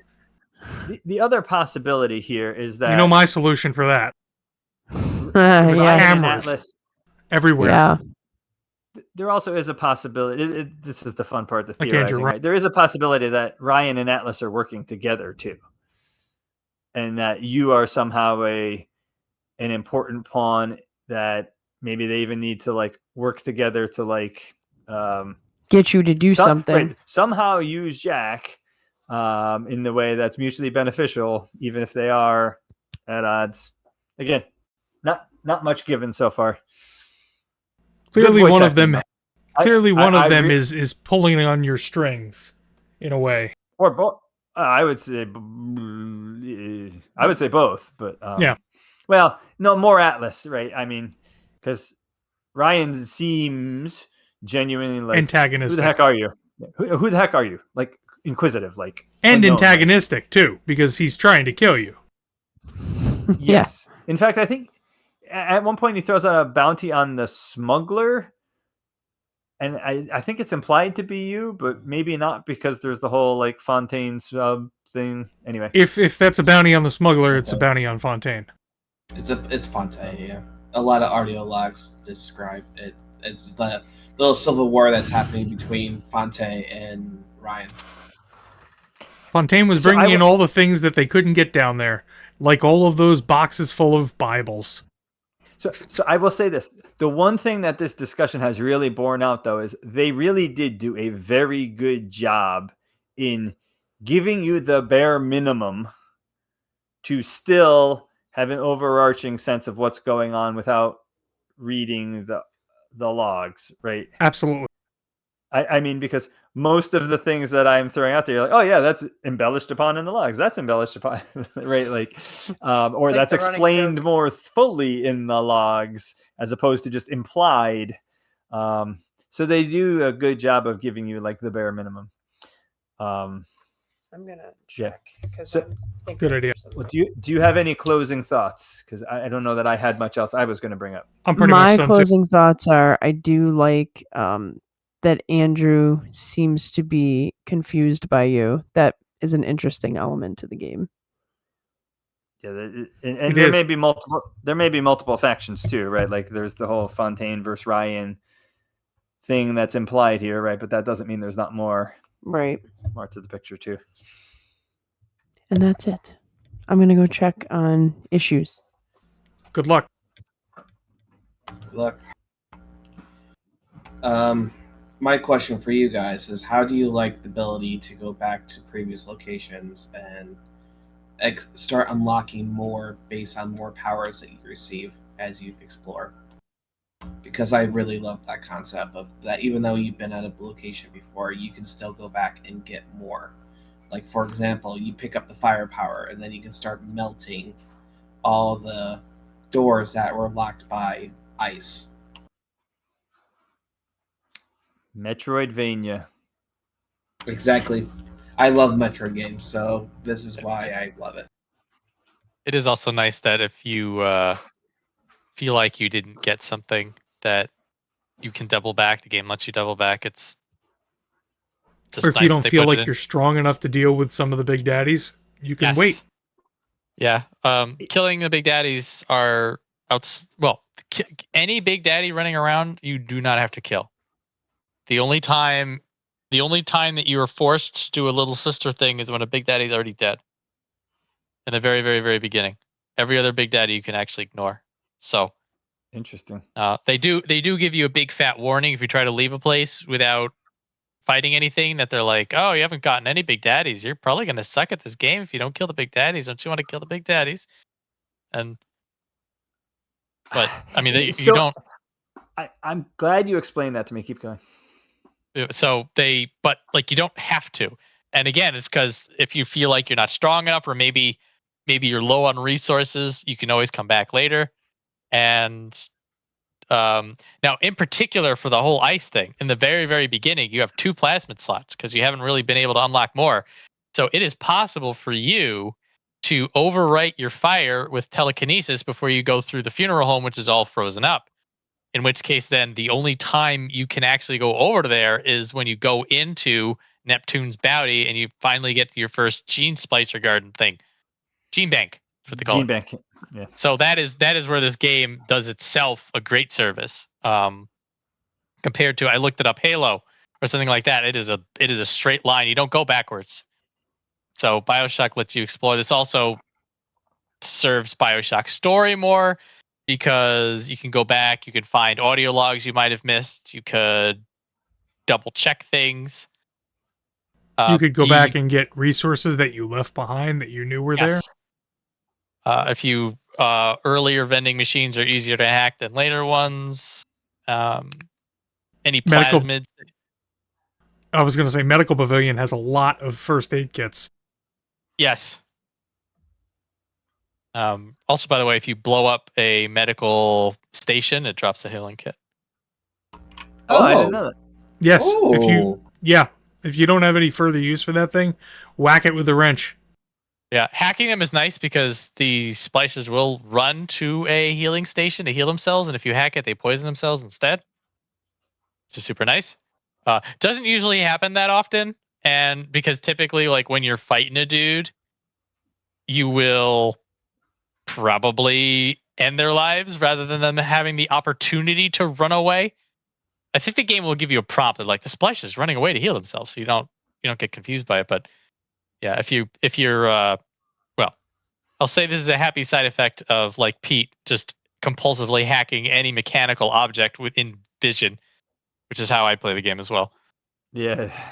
It's like, there's like a trophy for having hacked 50 times. I think I got it in medical. Way early. It was like right at the beginning of Neptune's bounty or something. I was like, We're all hack master everything. hackers. Yeah. Master plumbers in this game. I went into a room and completed like 10 hacks. I did 10 hacks in one room, and then I went to another room and saw that there's another 10 machines in the next room. Like, I can't do this. This is a great mini game, but there's just too many. It does affect the pacing, particularly if you are not sure of what's going on. You sort of want to explore the place before you're methodically ripping every single corkscrew out. I get that. Comes a point in the game where you will get the ability to auto hack. There's an item to auto hack. You might have already received one of There's these a few things of those already. in secrets. Auto hackers, Consumable. yeah. You eventually get the ability to craft them, and towards the end of the game, if you've been diligent, you will have so much crap to craft auto hacks that you just don't have to hack anymore. Yeah, the hacking also does get really difficult near the end, which then if you're compulsively trying to hack everything, it starts to become annoying, and that is when the aforementioned mountain of nonsense in your pockets, you just start throwing it at things. Well, that's actually what I was going to bring up is the one thing that I was going to say felt like a missed opportunity, but maybe it's just the difficulty curve is being gradual. Is that it if it were easy to fail, it does pose an interesting risk reward, right? Because you take damage when you fail. It's failing is And on not the free. hardest and on the hardest difficulty, you take a lot of damage. Yeah. So, like to me, that there is kind of a counter incentive, and again, to keep hammering home my point, I think that's one of those areas where difficulty can be an interesting tool for developers because, right, it really makes you think twice. Aside from just the tedium, right? Like, hey, it can actively be detrimental if I get zapped by this thing. It is your biggest loss is going to be time for hacking. So if you keep failing it, you're just going to be sitting there for 5-10 minutes. There is a difference in the short circuit, which is just the plumbing fails, getting into an explosive tile or hitting an alarm tile. The alarm tile is super bad, particularly if you're not close to a alarm shut off.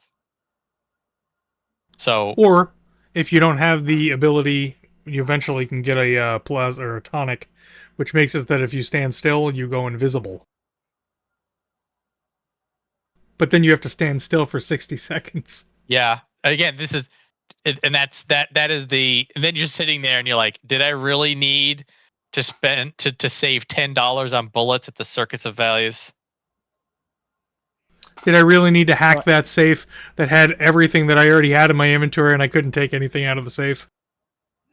Well, you didn't know it was in it until you opened it. I know. Yeah, But when your inventory is full and you have $500 and you can't carry anymore. 500 is the max. Is there a max Adam? Because I'm at 500 Adam right now. I don't know. I hope not. For your sake, I would spend it. Now, you Just in guys case. explained that if you miss a power, it's in the vending machine, right? I believe so. Yes. Very cool. Yeah, If you- but you can also double back. If you miss a power that you can't get, it's definitely in the vending machine. Yeah. There are certain things, as John said, that you cannot get unless you get them from the vending machine. Okay. Though, with research, you sometimes can get advanced versions of the things that you had to get out of the vending machine. I noticed. I haven't unlocked research yet, have I? You That's have the the camera. research camera. Oh, yes. There's Actually, I have noticed that you like when I took a spider splicer picture and then it's like gene tonic. I'm like, what? Yeah. There's no good way to know how far you are in the researches of any of this. Again, the menus in Bioshock were terrible, but I mean, it was 2007, so I guess some of that UI UX design just wasn't there. There is no menu for research at all, so you check your achievements to know when you're done. Also, just as something that I don't know, I saw you only taking one picture each. You can take many pictures of the same subject and continue to get research. It does, but I mean, as long as you have the cash for film. Which is not expensive. Exactly. Some vending machines it's expensive, but other ones not so much. So I think that's all I got. That's all I got. Great game so far. I will say for the next checkpoint, give me a little extra time because I want to listen to the audio logs. I want to get my survivor file up to The same place, Correct. yeah, of course. Yeah, and then because it does. I will say this: what I did is I started it in hard, got to Neptune's Bounty, decided, hey, this could probably be harder. Let me go back to the beginning and start Survivor. And then I was like, I ran out of time, and so I loaded up my Neptune's Bounty file, Makes sense. and everything was at Survivor. Like what happened is I did Survivor and Vita Chambers disabled, and when I died the first time in Neptune's Bounty, which was my hard file, I died. So I was like, and then I went to the menu, it was on Survivor. So like the difficulty tracks across all save files. It's weird. I don't quite understand what they did. I'm pretty sure that you coded. Yeah, but you couldn't like play through the game on easy, make it all the way to the end, and then switch it over to Survivor and have it count as it being a Survivor playthrough. Just so you know. Oh yeah, I was not looking to do that. Not that you're looking to do that, but I'm pretty sure that they have some kind of tracking mechanism. I'm in it for the difficulty, Pete. I know. Looking, it's not that hard. It is fun. Where is the second checkpoint? After Hephaestus, I would say. Okay. Does that How make many sense? areas is that? Three major areas. Okay.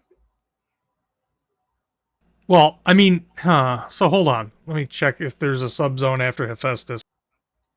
But I might not want to say the name of that subzone.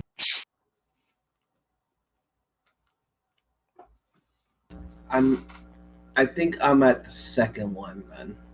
Yeah, you are in Fort Frolic with Sander Cohen. After Rapture Central Control, which is after Hephaestus. It's a very short level, just like Smuggler's Hideout was. Level? Yeah. Yes. Big things happen there, and then the last set is 1, 2, 3 areas and a large set piece. A very large set piece. So we're doing roughly thirds then? 3 sessions? Okay. Because each third is about 4 to 5 hours, I'd say. I mean, how long do you think that you spent? Or around that? Neptune's on just Bounty, the one playthrough. So Neptune's Bounty, let me see, was hour 45. Yeah. Medical was hour 44. Yep. So both of mine were better. And the Lighthouse and Welcome to Rapture wasn't very much, so. And Smuggler's Hideout wasn't very much, so it's about 5 hours for that. Welcome to Rapture was a half hour for me. Arcadia is going to be a very large area. That's the next area. And then Fort Frolic is smaller than that. Hephaestus is about the same size as Fort Frolic. And the Central Control is not very long, but it is story pivotal. Heavy. I'm not going to spoil anything, but a fair warning to you, Adam. If you feel like you're stuck in an area, just look for a button. Okay. Aaron got lost. He got lost in an area in Fort Frolic where they want you to go to this place, and it's not well signaled on the map. Yeah, I'm a heavy map abuser, so if it's not the button is to the left. That could there, just remember that is your hint. The button is to the left. The button's to the left. The arrow's going to tell you to go somewhere. It's wrong. It's wrong. The button is to the left. And Aaron was in that area for at least I was watching him afterward. I had fallen asleep, and if I was there, I would have said just look to your left. But I had fallen asleep. Did it keep spawning splicers? No. It's Did Aaron keep shooting his plasmids into something? Yes. Am I low on resources because I'm dumb? Yes. Welcome to the circus of values. Yes, I need to visit that vendor now and restock on everything. Dude, circus of values. I hate that voice. Hate that music. Okay. I think the gun vendor is kind of insensitive. Kind of racist? Yeah, kind of. What, Amigo or something? I forget. Amigo guns, yeah. Yeah. Muchas gracias, senor. Yeah, that's right. It is kind of Like, okay. anglicized. Welcome to the 1960s. Yeah. I was gonna say, It was probably intentional. Them going. yeah, For no, Oh, I'm sure it was. Oh, ándale. ¿Cómo vas? There are documentaries that are available in the remaster that you can run into while you're like playing through the game. And I ran into a couple of them. I'm like, I just want to play the game. Because they just open up a video file. Yeah, and it Oh. warned you. Spoilers. There's that too. Oh, Also, really? it's hosted by the guy who hosts the video games, the Game Awards. Whatever that guy's name is. Really? Yeah. Cool. Casey Kasem. I'm kidding. Casey Kasem. Casey Kasem's long I'm dead. kidding. I was about to say Phil Spencer, but I know I was wrong. So I know who you're talking about. Brian Seacrest? Yeah, there you go. I'll look at the name of the guy. So I would say, if you are all willing to be patient and bear with me, I think it might take me a little bit of extra time to retread some ground. So I'm hoping to pick away at a little bit each day type approach. No big deal. So if I do a half hour a day, Yeah, Jeff Keighley. Jeff Keighley, there we go. Yeah, I've never heard that name. Game He's a Award. very good host for the Game Awards. He's also like the lead director of it also and been doing great things about it. So to confirm, and then I will say goodnight, the checkpoint is Rapture Control or something like that? Rapture Center Rapture Control. I put Center it in the Control. chat. Because I know I stopped where you stopped. So it'll be a little while for me to claw my way through to that point as well. Okay, very good. And I beat the game, so Whenever. you guys can take as long as you want. I don't care. I'm not going to forget it. Not your first playthrough. No. Very good. Probably my third at this point. Yeah, Because I played it when it came out. I played it when I got it on Steam. And then I just played it again. I have always been very closed-minded to FPSs, but I am enjoying this so far. Did you ever play Half-Life? Negative. Or Half-Life 2? Negative. Or Half-Life Episode 3? Or Half-Life 3? Name a first-person shooter. The answer is probably I was going to say, because Half-Life 3 doesn't exist. If it's You not played Half-Life 3, I have questions. if it's not Quake, Quake 2, Quake 3, Doom. Doom 2. You're talking about Or- old FPSs. Yeah. Halo I've played. I Halo think that's about ODST. it. I think Halo and the Halo series, yeah, I've played. I think Halo kind of ruined FPSs for me, honestly. Call of Duty ruined it. Never played any Call of Duty games. Yeah, that ruined the industry, to be honest. But any story-based first-person shooter, I've never played. Or story-centric. I mean, based. Any like heavy story first-person shooter, I never played it. Never played any of the Half-Life games. Never played any of the Bioshock games. Never played any of the ASX games. Well, that's less of a FPS and more of a what the heck? Immersive I forgot. sim. Yeah, immersive sim. Honestly, the last first-person game I may have fully played through is Metroid Prime 2. I'm serious. I think that may That be is an the last immersive sim. Metroid Prime 2 Echoes. Echoes. I'm pretty sure that may be the last first. You know what my favorite part of that game was? The very end, where you had to go around and and scour the world for hours. You remember that? Yes. I do. Yeah. Oh, Metroid Prime, where you had to find all the ruins of the end zones, and you had to spend like hours upon. The game was hours. good when it was good. Yeah. Yeah. I Until- pulled up. I bought a paper guide to tell me where those things were. Of course. Back in the day. All right. End of episode days. 1 of this analysis. Next time, several periods of time in the future. Yeah, I would say notionally, give me 3 weeks. We'll see where it goes. No problem.